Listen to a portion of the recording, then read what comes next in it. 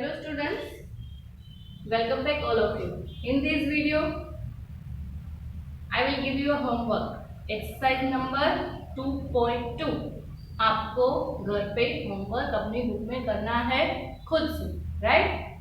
So this is your homework, exercise number 2.2.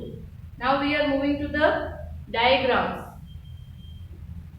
Importance and limitations of diagrams in statistics. इसका part है.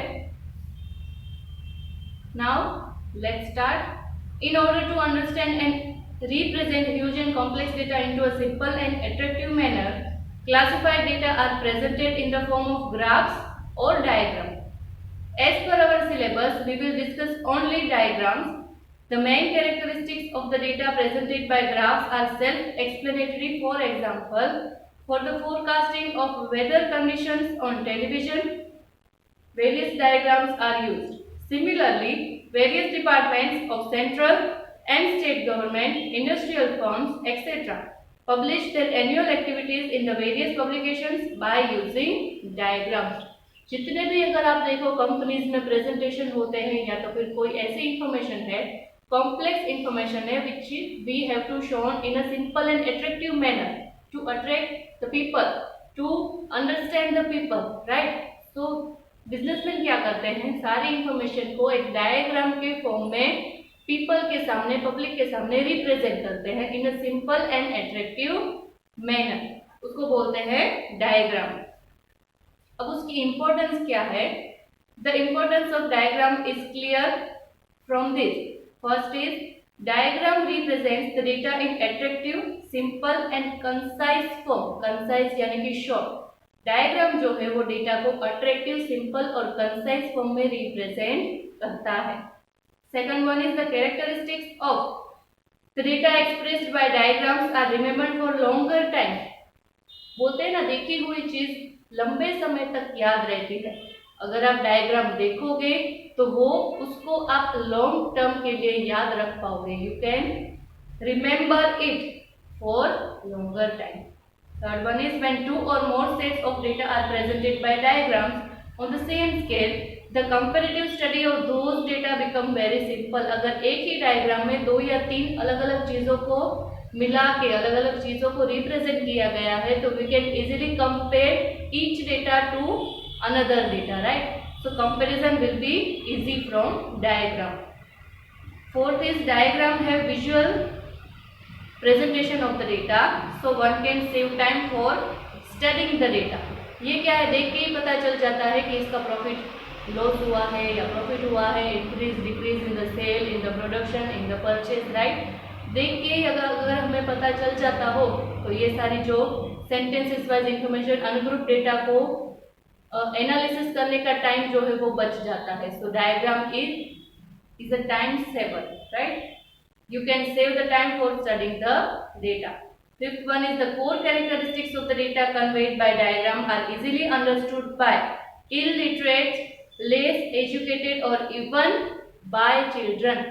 Diagram को देख के ही अगर आपको समझना है तो उसके लिए अगर इलिटरेट पीपल है जो पढ़ाई लिखाई नहीं जानते, वो या तो फिर कम पढ़े लिखे हैं या तो फिर चिल्ड्रन, सारे जो है वो डायग्राम के ऊपर से कोई भी एक चीज समझने के काबिल होते हैं.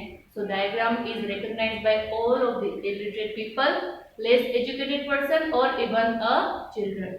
Next is by using diagrams, industrialists and businessmen can make effective advertisement for their products. Diagram को यूज करके जो इंडस्ट्रियलिस्ट हैं वो अलग अलग एट्रैक्टिव मैनर में इफेक्टिव तरीके से एडवर्टाइजमेंट कर सकते हैं. Seventh is diagram are very useful for conveying the messages related to social reforms effectively. Diagram के यूज से कोई भी ऐसे सोशल रिफॉर्म्स है वो इफेक्टिवली प्रेजेंट किए जाते हैं in front of public. Next is pictorial diagram are easy to understand irrespective of language barriers. Pictorial diagram में अलग अलग तरह के सिंबल्स को रिप्रेजेंट किया जाता है in front of public. That's why it is easy to understand irrespective of language barriers. कोई भी ऐसे लैंग्वेज के बैरियर्स होते हैं वो भी यहाँ पे दूर हो जाते हैं by picto diagram. Next is उसकी लिमिटेशंस। उसकी लिमिटेशन क्या क्या है? First one is if the diagram is not drawn accurately then it leads to wrong interpretations. Perfect way में परफेक्ट स्केल के साथ अगर डायग्राम को रिप्रेजेंट नहीं किया जाता तो it will be misleading, it will be wrong interpretation by people. Second one is sometimes illusionary effect of diagram misleads the public opinion.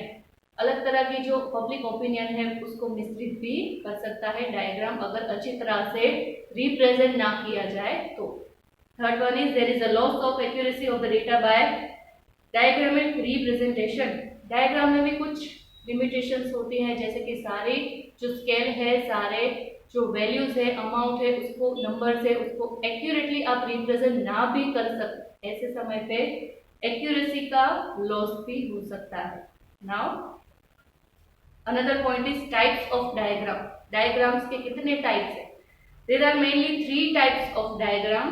First one dimensional diagram, two dimensional diagram and pictorial diagram.